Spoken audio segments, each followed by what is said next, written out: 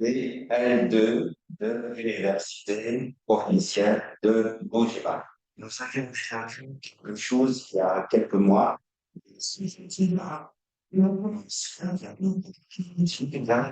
c'est le niveau de reconnaissance. Moi, plus ou moins, je l'ai la notion de base et tout, etc. Non, puisqu'on va espérer continuer ce cours, c'est 15 heures de génétique divulgative. Vous devriez avoir. Nous allons donc continuer les heures précédentes avec d'autres notions. Je vous avais dit la fois passée l'intérêt de la vie. Vous savez qu'aujourd'hui, les élèves du nouveau progrès que nous avons médecine. C'est d'abord au niveau de la médecine humaine. Le diagnostic de plusieurs maladies aujourd'hui se fait grâce à la génétique. Et quand je parle de la génétique, il ne s'agit pas de la génétique de modèle que j'ai étudié au lycée, mais il s'agit aussi de ce qu'on appelle la biologie moléculaire. Donc, c'est pour dire que, en petit, tout ce qui était très gros, la cellule, on est arrivé à étudier ce qui était un peu moins gros, c'est le noyau de la cellule. Et après le noyau de la cellule, on a découvert que là-dedans, il y avait une substance qu'on appelle chromatine. Cette chromatine qui change de forme à un certain moment durant le cycle cellulaire et qui va donner des bâtonnets qu'on appelle des chromosomes. À partir des chromosomes, on a découvert alors plusieurs choses, les maladies chromosomiques, etc. Nous avons vu au cours précédent certains exemples de maladies chromosomiques, etc. Alors, ce chromosome, on a découvert qu'il était composé surtout d'une substance essentielle qu'on appelle l'ADN. Plus avant, nous allons revoir, puisque c'est une notion globale, nous les avions déjà. Nous allons voir que c'est très composé. Cet ADN, on a découvert sa complexité, on a découvert sa complexité et on comprend que cet ADN, c'est une suite de bases. Et on a compris aussi le fonctionnement de cette succession de bases qui vont constituer un message. Et donc, on va parler des codes génétiques, des codes géniques qui sont dictés par la séquence, la suite de la succession de ces bases qu'on mène un message. Je vous avais dit que il faut de la génétique, c'est comme un pense. Ceux qui ont été dans le mouvement de jeunesse se rappellent que quand ils étaient dans les scouts ou les bureaux, on disait par exemple que pi, pi, pi, bon, ça signifie arrêtez-vous. Et quand on faisait des pi, pi, pi, pi, pi, pi, ça signifie courir, etc. Donc voilà, au niveau cellulaire, on a des messages semblables. Donc, après, nous avons vu aussi à la passé, je pense, les notions de génome. De plus en plus, maintenant, d'ailleurs, le terme que vous devez retenir, c'est omics. Omics. Plus en plus, tout ce qui est et qui va concerner donc des précisions, des détails sur la séquence des petites protéines, etc. Omics, génomique, et puis home. Vous allez voir, pour ceux qui verront plus tard la biologie ou qui seront impliqués dans des spécialités dans lesquelles. Oui, donc nous allons voir ça. Nous allons voir aussi quelques maladies héréditaires. D'abord, le terme héréditaire, vous savez, on ne le connaît pas trop bien dans le langue locale. Là, on dit tout simplement c'est une maladie des familles, qui accouchaient des familles, etc. Le terme héréditaire, c'est bien que vous puissiez connaître donc les caractères d'une génération à l'autre. Ça, c'est important parce que nous allons voir certaines maladies héréditaires que nous avons chez nous. D'ailleurs, vous en connaissez puisque nous avons évoqué la parole de certaines maladies héréditaires. Et c'est important parce que, avec la connaissance de la transmission de ces maladies, vous saurez faire ce qu'on appelle le conseil génétique. Le conseil génétique, c'est donc expliquer aux parents ce qui peut se passer pour la génération qui vient après eux sont les acteurs qui vont transmettre des caractères dans la génération future. C'est ça le conseil génétique. On aura l'occasion d'en parler parce que c'est quand même un point important de plus en plus pour plusieurs maladies, en particulier chez nous. Voilà, pour faire le conseil génétique. Pour faire le conseil génétique, il ne faut pas nécessairement être généticien. Aujourd'hui, le conseil génétique, dans les pays africains, doit être fait déjà au niveau primaire, dans la pyramide sanitaire. Déjà au niveau primaire, il faut que les personnes qui travaillent au niveau primaire puissent être en mesure de faire, de donner le conseil génétique aux couples, aux familles. Donc voilà ce que je pense que nous allons voir ensemble au cours de ce tour de génétique. Pour le programme, je peux vous dire ce que moi je pense que c'est important, évidemment, ça répond au programme qui ont été fixés par les autorités académiques. Nous allons avoir un cours de ceci. Je vous montre par exemple ce chiffre-ci, c'est la génétique moléculaire, politique, mais nous n'allons pas fois, évidemment. Nous allons insister sur certains chapitres. Je vais d'ailleurs faire un petit cours rapidement. Nous allons commencer par l'ADN. Parce que c'est la biologie, etc. Mais je vais reprendre les notions de cellule. Parce que tout cela n'est pas dans la cellule. Nous allons reprendre des notions sur l'ADN. Je vais essayer de vous rendre un cours plus agréable et pour vous, ce sera plus facile pour retenir. J'espère que ça marchera. Nous aurons des petits clips vidéo, rien ici, dans les cheveux, et qui vont vous permettre de mieux digérer, de ruminer la matière pour que vous puissiez vraiment bien la maîtriser. C'est l'occasion de revoir ces notions et donc il n'y aura même pas de raison de ne pas réussir dans le cours de génétique. Et alors, nous allons partir de l'ADN, nous allons voir justement comment est-ce que l'ADN se comporte pour à la fois produire notre système, mais aussi pour transmettre des messages dans notre noyau. Puis ces messages qui sont transmis en dehors du noyau, ils seront transmis par un intermédiaire qu'on appelle ARN. Donc, vous aurez au moins deux acides nucléiques qu'il faudrait rajouter. Donc, on va insister un peu sur la structure, c'est l'ADN et l'ARN. L'ADN est essentiellement concentré dans le noyau et l'ARN, c'est le messager qui va quitter le noyau et va être dans le cytoplasme. Et c'est dans le cytoplasme que l'ARN va représenter la vie, va produire des organes, finalement produire les protéines. Parce que tout notre corps est constitué d'un assemblage de plusieurs molécules, des protéines, des sucres, des graisses, et tout. Et tout ce phénomène se fait grâce à l'ADN. Et alors, nous allons voir aussi comment sont transmis ces caractères génétiques. On va avoir quelques notions sur la transmission matérielle.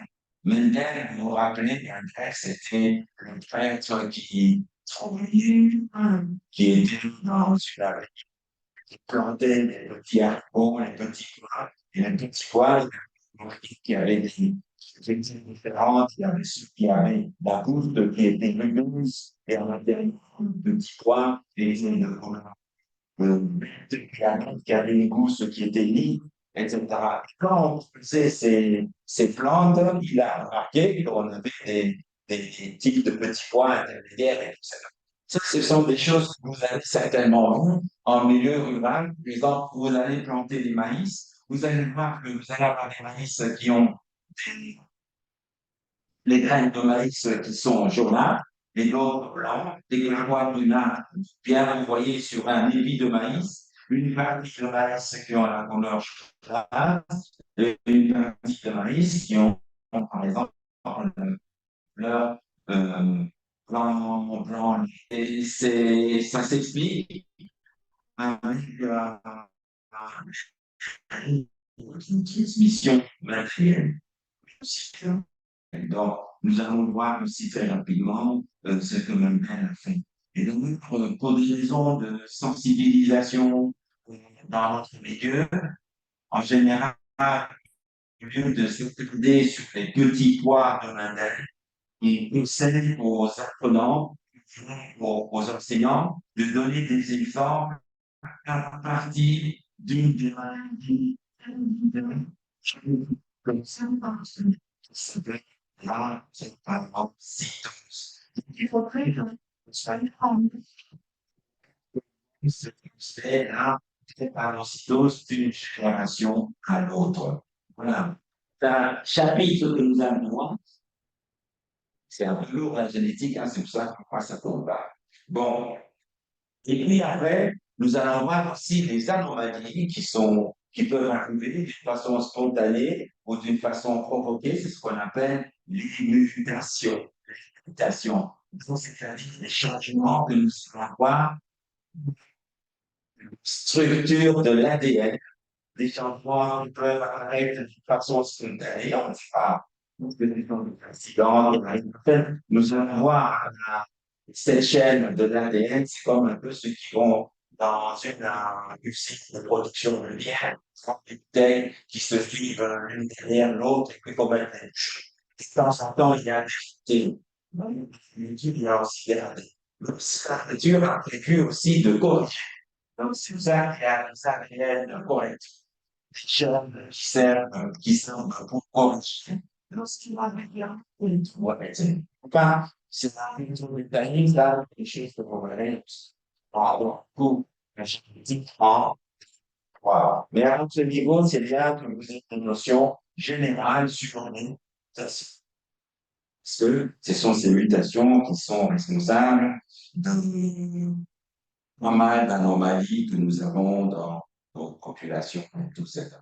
Après, mais aussi, une autre partie, c'est la génétique des populations. La génétique des populations est quand même intéressant parce que nous allons, bon, c'est un peu d'histoire, moi j'aime bien, j'ai toujours aimé l'anthropologie.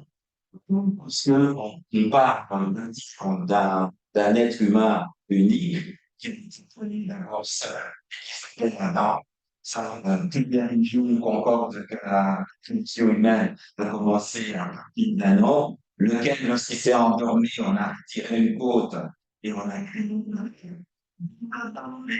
on a tout le monde d'antiquité, nous sommes à plus de 7 milliards d'habitants. Mais comme vous pouvez vous imaginer, ces 7 milliards d'habitants ne sont pas les mêmes. Pourquoi est-ce que les uns sont grands de taille, les autres petits de taille, les autres, euh, euh, ils ont une couleur très claire, une couleur intermédiaire, et tout, etc. Ça, c'est la génétique des populations. La génétique des populations va faire allusion aussi aux notions, si vous voulez, notions qui portent sur l'évolution. Bon, on va pas trop s'attarder dessus, Darwin, Lamarck et tout. J'imagine que vous allez sur là. Enfin, mais on va courir. On pourra évoquer certains aspects de enfin, alors, pour gagner du temps, ce cours est interactif puisque je le fais à distance. Si vous avez des questions, vous les mettez dans les chats. Notre équipe d'informatique va me passer et je pourrai répondre aux questions. Ça, ce cours peut être beaucoup plus exploitable parce que vous pouvez suivre d'une façon décalée. Et vos tâches, et vos trucs, on prend beaucoup.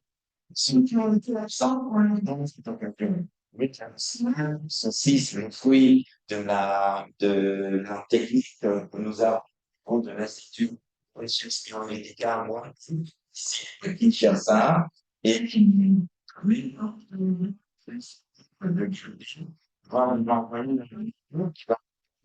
c'est donc ceux qui ont été.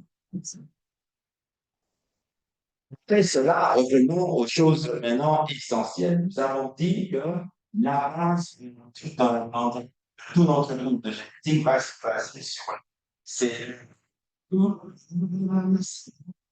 psychologie, tout ce qui concerne les types cellules que nous avons,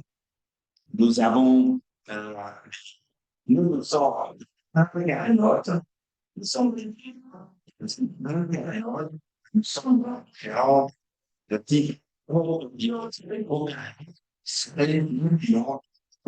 en nous, donc, nous sommes tous des animaux. La cellule est constituée par quoi? C'est des choses que vous connaissez. La cellule, c'est quelque chose qui est contenu dans un sac.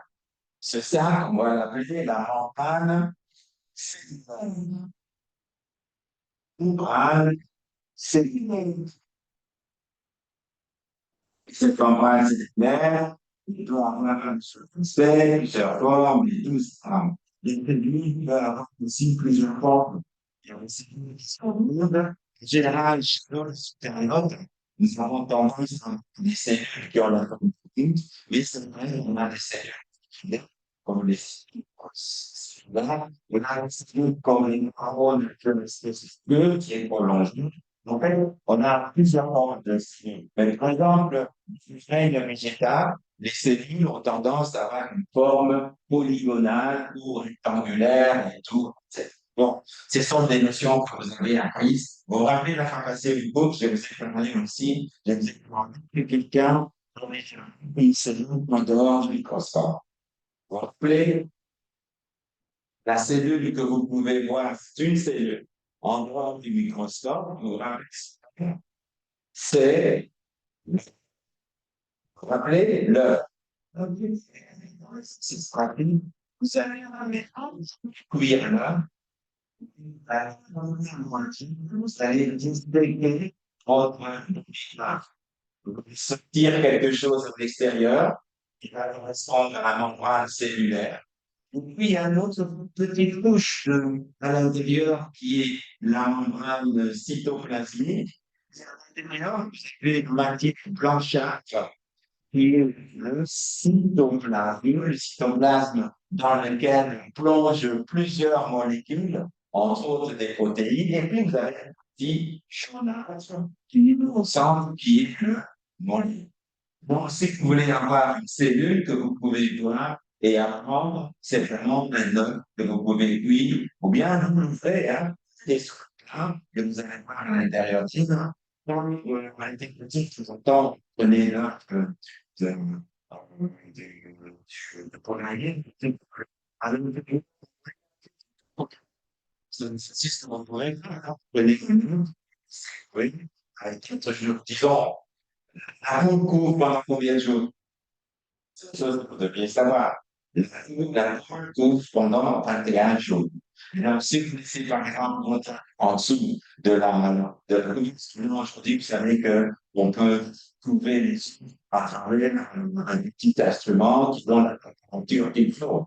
Vous mettez les sous là, il y a quelques jours, plein de ça. Si vous faites cette expérience en mettant les œufs en dessous de la couture ou encore en mettant ça sur une couveuse, les températures qu'il faut, lorsque vous allez ouvrir, vous allez voir à l'intérieur d'un petit endroit. Là, vous allez voir là, ce qui est arrivé avec vous et moi. Nous avons tous passé notre existence. Là, je vous disais, vous avez une membrane